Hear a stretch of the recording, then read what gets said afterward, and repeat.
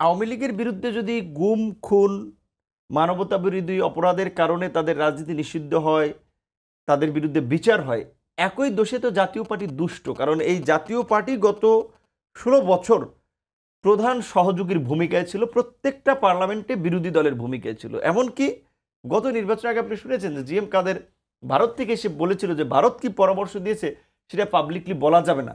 তো এই ফ্যাসিবাদের দোষর পাশাপাশি তারা যে একটা বিদেশি এজেন্সি দ্বারা, বিদেশি শক্তির দ্বারা পরিচালিত হচ্ছে, এটা পরিষ্কার। গণ অভ্যুত্থান পরবর্তী এই অপশক্তি রাজনীতি করতে পারে না। আওয়ামী লীগের যারা সহযোগী, এই দাবি কিন্তু আমরা পরিষ্কারভাবে জানিয়েছিলাম। বিএনপিও বলেছে আওয়ামী লীগ নিষিদ্ধের পরপর যে এই ফ্যাসিবাদের সহযোগীদের রাজনীতি নিষিদ্ধ করার।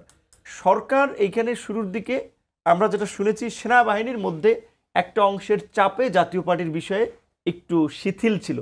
স্বাভাবিকভাবেই শুরুর দিকে একটা সরকার অগোছালো থাকে, গণ অভ্যুত্থানের পরবর্তী সরকার গুছিয়ে উঠতে তার সময় লাগে। এখন কিন্তু সরকার আর সেই সমস্ত সেরা কর্মকর্তাদের কথা শুনছে না।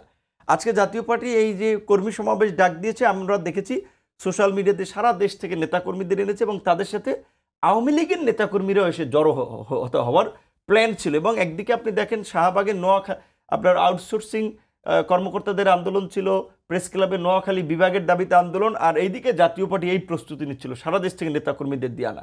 এইখানে বেইলি রোড সচিবালয় গুরুত্বপূর্ণ জায়গা, এইখান থেকে যদি কিছু লোক মিছিল টিছিল নিয়ে অস্ত্র শস্ত্র নিয়ে যদি সচিবালয় দিকে যাত্রা শুরু করতো, বেইলি রোডে মন্ত্রীপাড়া ঘেরাওটেরাও শুরু করতো, কি পরিস্থিতি হতো। কাজেই এই যে আমরা বারবার যেটা বলছি যে ফেসিবাদী শক্তির একবারে নির্মূল হয় নাই, প্রশাসনে একটা অংশ আছে তাদেরকে শেল্টার দিয়ে তাদের পছন্দের নেত্রী দলকে আগামী নির্বাচন সুষ্ঠু হবে না। অবশ্যই এখানে জাতীয় পার্টি ছাড়া অনেক দল আছে না বাংলাদেশে। এখন প্রায় এই আওয়ামী লীগের দোসর ছাড়াও প্রায় 40 থেকে 45টা নিবন্ধিত দল আছে। আজকে বিএনপি একদিকে, জামাত একদিকে, ইসলামী আন্দোলন একদিকে, আমরা, এনসিপি, কত রাজনৈতিক দল। সুতরাং এখন স্বাভাবিকভাবেই এখানে তো এই খেলায় আপনার পরাজিতদের অংশ নেওয়ার তো সুযোগ নাই। যারা জয়ী হয়েছে তারাই আগামীর খেলার মাঠ নির্ধারণ করবে। সেখানে জয়ী যারা হয়েছে তারা বিভিন্ন গ্রুপে বিভক্ত হয়ে খেলছে, সেখানে পরাজিত শক্তির খেলার সুযোগ নেই। এবং জাতীয় পার্টিকে এতদিন ধরে যে সুযোগ দিয়েছে, ওই যে আমি বলছি মির্জা ফখরুল সাহেব যেটা বলছে, জামাতের আমির বলেছে, সরকারের একটা অংশ যেমন বিভিন্ন দলের পক্ষে কাজ করছে, ফ্যাসিবাদকে